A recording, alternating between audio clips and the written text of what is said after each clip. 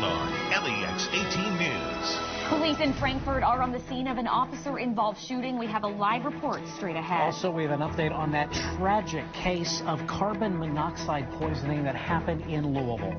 And a crash in Lexington sends 2 people to the hospital, another to jail. All that and more coming up in this new half hour of LEX18 News at Sunrise. Starts right now at 6 a.m. Good morning. We're glad you're with us here on this Friday morning. Chris, Claire, and Tom all here. We also have an update, hopefully, on an apartment fire we're hearing about in the Tate's Creek area this morning. We'll hopefully have a live report on that coming up here shortly. But first, Tom's here tracking a warm-up and quite a bit of rain. Yeah, the first part was the good news. Yeah. I mean, we got a surge, 50s, even 60s on the way for highs this weekend. The problem is, what goes with it, a whole lot of rain. Been tracking it overnight, showers and occasional thunderstorms. This is what it looks like downtown. For our 21C Museum Hotel live weather bug camera, overcast skies, the low clouds, visibility is down due to fog and rain. And it could be a very slow commute for you. Now, not everybody is getting soaked. We had rain track through overnight. It's really backed off, so just kind of some drizzle and sprinkles here. Where the ongoing precipitation is just to Lexington south. So from West Liberty, eastern Kentucky, running down just to the south of Danville now. And it's all kind of fading into our southeastern counties. So a lot of your day may not see a lot of action. We'll have a lot of cloud cover hanging in, of course, and some showers will persist. But I think the main wave that'll really ramp those rainfall totals up is going to be later on tonight, overnight and into tomorrow morning, and then should taper off by later in the weekend. So it's just getting things started. Temperatures very warm south and west, where there's obviously a boundary tracking in a warm front. It's 60 right now in Bowling Green. It's 42 degrees up north in Covington and out towards Ashland. So that warm front will track in today. And we'll get a nice push of milder air. It's just going to be hard to see any sunshine. And this warm bubble will hang with us all the way through the weekend. So there is some good news. Sunday could be our pick day of the weekend and maybe of the next 8 days, maybe for a while. I'll explain everything that's coming our way, coming up in your Storm Tracker forecast. So, too, we've got a lot going on this Friday morning in the newsroom. We're still waiting to learn more information about an officer-involved shooting this morning in Frankfurt. The investigation has blocked a major road there in Frankfurt, including some interstate exit ramps. LEX18's Tiffany Jackson is live on the scene, tracking the very latest for us in this breaking news this morning. Yeah, guys, this investigation is now blocking a large portion of 127 here in Frankfurt. The investigation is centered right here at this intersection at Leonardwood Drive near Kroger, but several blocks north and south are also blocked, and officials are not letting drivers onto the I-64 exit ramps that lead to 127 north. Drivers are asked to use exit 58 at US 60. Frankfurt police here on scene say the investigation has been turned over to Kentucky State Police. So far, all we know is that troopers are investigating an officer-involved shooting. That's according to an alert from state highway officials. Those officials say they expect this area to be closed for 4 hours. So if you have to come through here this morning, try and find that different route. Again, if you're coming from the interstate, try to use exit 58 over to US 60. Just try and leave a little early to give yourself some time, because this is likely to create a lot of traffic here this morning. I believe we are expecting an update from Kentucky State Police here soon. We did just see the person we were supposed to talk to come on scene, so hopefully we will have more information for you at 6:30. For now, we're covering the news live in Frankfurt from the LEX18 mobile newsroom. Back to you. Yeah, and we'll stay on top of that situation throughout the hour. We'll have an update in traffic coming up this morning about 6:45 too. All right, 6:04 now here on your Friday morning. We're also tracking some other news out of Lexington. 2 people in the hospital and another in jail after a crash here in the city. This happened just after 3 this morning on Newtown Pike, right there at Interstate 75. Police say a vehicle ran a red light and hit a truck and then got T-boned by another vehicle. They say the 2 taken to the hospital fortunately have none life-threatening injuries. We're told the driver that caused the wreck and went to jail was allegedly driving intoxicated. New this morning on Sunrise, a 9-year-old is recovering after being shot in Louisville. This happened just before 7:30 last night on Elliott Avenue near 26th Street in Louisville in the Russell neighborhood of the city. Police say the boy was outside when he was shot, but they do not believe the injury was self-inflicted. He was rushed to Norton Children's Hospital and is expected to recover. Right now, there are no suspects. Also out of Louisville, a tragic update. A 7-year-old girl has died after an apparent case of carbon monoxide poisoning. Her father, 39-year-old Juvenal Garcia Mora, and 3-year-old brother Cruz were found dead in the family's garage on Plotted Way Wednesday morning. Police say it appears the father was warming up the car in the garage with the children inside. It's unclear how long the engine had been running. Investigators do believe these deaths are accidental. Funeral services for the former Woodford County Sheriff and Judge Executive who died earlier this week will be held today. John Coyle, who was affectionately known as Bear, served as a Judge Executive in the county since 2007. Before that, he worked in law enforcement for a number of years. Coyle's funeral will be held at 2 this afternoon at Versailles Methodist Church there in Versailles. The Woodford County Courthouse and all Woodford County government buildings will be closing today at 1 o'clock to allow all county employees to attend the service. And Woodford County is honoring Judge Coyle in a very special way. The Woodford Food Pantry is collecting items in his memory. The pantry was something Coyle worked hard to keep stocked. The organizer of the drive is hoping for a big show of support. I'm sure he would be very ecstatic about what's going on right now. He's very pleased. I'm sure he's smiling down. It's sad that it took the sudden loss of him to pull everybody together for this kind of thing, but I'm sure he is very pleased that the community will pull together, will do this, will keep his dream of the food pantry going. Now, if you'd like to help, you can drop off your donations at either the Woodford County Sheriff's Office, the Versailles Police Department, Shelter Insurance, and Workout Anytime.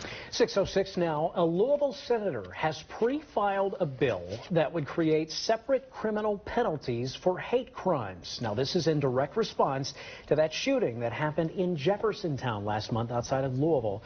The suspected gunman was allegedly targeting African Americans. A federal hate crime charge was filed in that case because Kentucky does not currently have such laws. The proposed bill would also allow homicide to be prosecuted as a hate crime. To learn more about this, you can go to our website, LEX18.com. 6:07 new this morning on Sunrise. A new CDC report shows life expectancy in the U.S. has dropped due to a rise in drug overdoses and suicides. And Kentucky scores poorly with the 5th highest rate of drug overdose deaths in the nation. CDC research shows overall drug overdose deaths in Kentucky in 2017 was a staggering 1,469. The top 5 counties for drug overdoses here in Kentucky are Jefferson, Fayette, Kenton, Campbell, and Boone counties.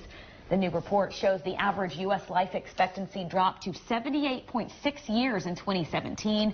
That is down slightly from 2016. It is coming up on 6:08 right now here on LEX18 News at Sunrise, covering your world now. President Donald Trump is in Buenos Aires this morning for the G20 summit with trouble brewing back home. One of his closest confidants has pleaded guilty to lying to Congress about the Trump organization's ties to Russia. Tracy Potts has the latest. President Trump says he will not meet with Russian leader Vladimir Putin in Buenos Aires this weekend. Citing the conflict over Ukraine, Mr. Trump suddenly canceled that meeting hours after his former lawyer, Michael Cohen, pleaded guilty to lying to Congress about the skyscraper they were planning to build in Moscow.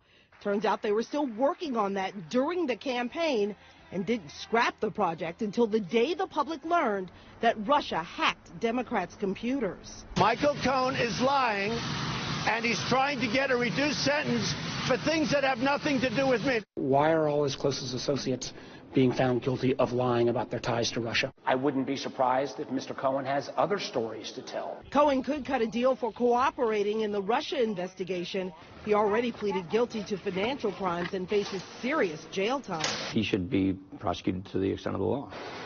Back in Argentina, President Trump not only faces questions about Russia, his growing trade war with China will be a major focus, and the U.S. relationship with Saudi Arabia after the U.S. implicated them in the death of a Washington journalist. Tracy Potts, NBC News, Washington. 6:09 now. The trial of alleged Mexican drug cartel leader Joaquin Guzman, is also known as El Chapo, continues today in New York. That's right. Yesterday, a former Colombian drug kingpin who was extradited to the U.S. took the stand. Juan Carlos Ramirez Abadia, also known as Chupeta, testified that between 1986 and 2007, he transported thousands of tons of cocaine to the United States via Mexico. And he claims that his biggest ally in transporting those drugs was El Chapo and the Sinaloa cartel. He also admitted to having 3 to 4 facial reconstruction surgeries to throw off authorities. He will continue testifying on Monday. 6:10 now, record-breaking wildfires have thousands of people fleeing from their homes in northeast Australia. The fires have forced government officials to set the fire danger rating to catastrophic levels in central Queensland. This is the first time the highest danger rating has been applied to the state in its history. There are reports of over 140 fires ripping across the area. Strong winds, dry air, and severe heat wave conditions have not made the fires easy for officials to put out. We've got an update on a story this morning that we told you earlier this week on Sunrise. Authorities in China have halted the gene editing alterations by a scientist. Earlier this week, that scientist claims to have created the world's first genetically edited babies and has been defending his work ever since. He says he's proud of altering the genes of twin girls so they could not contract HIV. Well, his work has not been verified, and many scientists are condemning it. Some reports say it even violates Chinese law. Gene editing is banned in most countries. A celebrity chef has been nominated to receive the Nobel Peace Prize. Representative John Delaney of Maryland nominated Chef Jose Andres for the 2019 Nobel Peace Prize. He is the founder of the World's Central Kitchen. It serves hot meals in disaster zones and in difficult situations. For instance, after Hurricane Maria, he and his organization fed more than a reported 3 million people in Puerto Rico. Winners will be announced next October. A very close call for a cyclist in the Netherlands. Chilling video shows a cyclist narrowly escaping being hit by a freight train. Take a look. The incident happened a few months ago. My goodness. But this surveillance video was just released to make people more cautious while crossing railroad tracks. It prompted Dutch rail operator ProRail to start a safety initiative highlighting dangers of unguarded crossings. Also in the Netherlands, an annual light show is lighting up the night. The annual Amsterdam Light Festival is a water exhibition of 33 light art installations on and around the canals of the city's center. International artists, architects, and designers are all participating. All artwork will be lit simultaneously during the 53-day-long festival there in Amsterdam. The public award will be presented to the artist of the winning artwork in the last weekend of the festival. Amsterdam Light Festival runs until January 2019. Still time to buy our ticket to go, That's right, Chris. we can go. Let's do it. You buy it. Oh, okay. That put a stop to it right there. Yeah. 6:13 now. Thomas back with us on this Friday morning. Maybe you all should go Dutch. Maybe. That's a good one. Oh, you are so clever. You get it? Yeah. That's really good. I'll be right back with the forecast. Welcome back at 6:15. We want to get straight to some breaking news we're tracking here in Lexington. Crews are on the scene of an apartment fire. This is at the Park Place Apartments on Tate's Creek Road, right over by Man o' War. Claire Kopsky is there live now with what she's learned. Claire and Chris, good morning. That's right. We are at the Park Place Apartments. As you can see behind me, there are no more flames. There was extremely heavy smoke. A resident upstairs on the other side of the building, his wife woke him up smelling lots of smoke. He checked their apartment, no smoke inside theirs. He came outside, saw smoke everywhere, came around and knocked on his neighbors' doors, got them all out, called 911, and he said 911 was here within 2 to 3 minutes. So quick response over here. The resident that the unit where the fire was not home, so that's a really good thing. Nobody's been rushed to the hospital here, so great news as far as safety and how everybody's doing this morning. Just a lot of residents outside in their bathrobes and their pajamas, a little bit shaken up to say the least. Residents at the other end of the building were asked to leave their apartment and just wait in their cars. They're not sending anybody away from the scene. The fire has been put out. Now there's an investigator on the scene. They're going to be looking into what caused this fire, making sure there was no foul play. Just, again, looking into what may have caused what could have been a nightmare for whoever was inside. But thankfully, again, no one was inside at the time of the fire. The Red Cross has been notified this morning due to the damage from the heavy smoke. We'll have more detail. We'll bring you more details on Sunrise as we have them. For now, cover the news live in Lexington from the LEX18 mobile newsroom. Back to you. All right, thanks for that update, Claire. We've got an update weather-wise as well. Rain tracking in overnight, although a lot of it now is centered more All this for the steakhouse. So let's take a radar tour and talk about what's up. We had a pretty good shot go through the Bluegrass, Fayette County, and surrounding counties overnight, but now it's getting more centered into our southeastern counties. You may hear a little thunder. You could certainly pick up some moderate to heavy rain, and it's now from Prestonsburg, Campton, back through Beattyville. And as you head south, even down around Madison County, that was getting swamped earlier, it's backed off a little bit. So as I zoom out and put it into motion, you can see it tracking off to the east. Now, we've got a warm front bubbling in from out west, and we'll have a nice warm push today. Problem is, there's also clearly moisture streaming in along with that boundary. They're dealing with winter weather, a little bit of it up around the Great Lakes there, Michigan, and more showers and some isolated thunderstorms down across Tennessee. So the setup, this warm front's going to continue to bubble north and east through the day, make it up into Ohio later on, which means we will surge into the 50s, even low 60s. In the southern counties today. So if we could just sync up some dry weather with the warmth, it'd be wonderful, but we're not. We have one low tracking in today with that warm front. There's another low out west that's going to make a run through here over the weekend, well, through the Great Lakes, and that has big implications on our forecast. And for folks out west, that's a winter storm warning out Dakotas, parts of Nebraska, because that second low, that's what's tracking through into the Great Lakes over the weekend. We're far enough south, we're catching all rain out of it. But there's going to be a heavy band of snow through the plains and the upper Midwest there going into the western Great Lakes.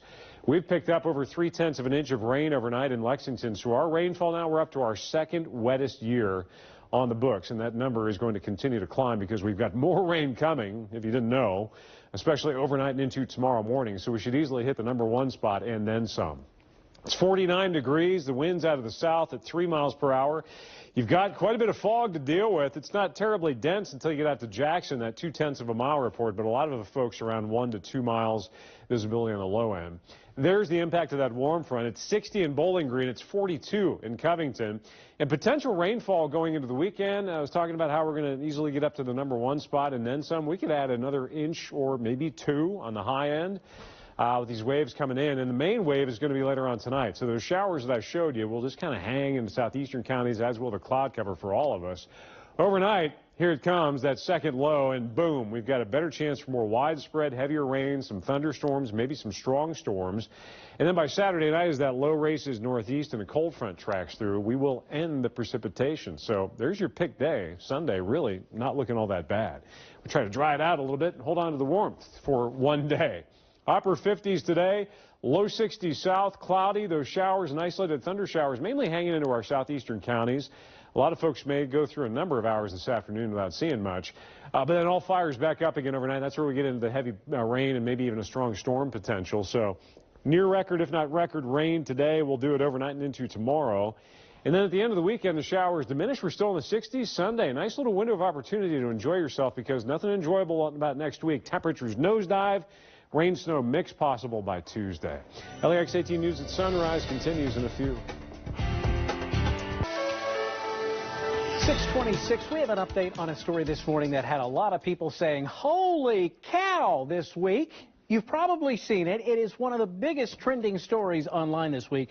Story about this beefy bovine from Western Australia named Knickers. The staggering steer stands at 6 feet 3 inches and weighs in at nearly a ton.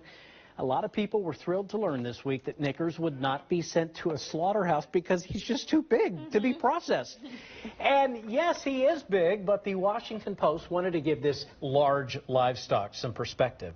Knickers is no doubt big, even for a Holstein, but he looks bigger in the picture that you've been seeing online because he's standing next to a bunch of Wagyu cattle, which the Post compares to Arnold Schwarzenegger standing next to a bunch of Danny DeVito. I love that comparison. And by the way, Knickers isn't even a record breaker. The world's largest steer is an ox named Bellino, who measured 3 inches taller than Knickers.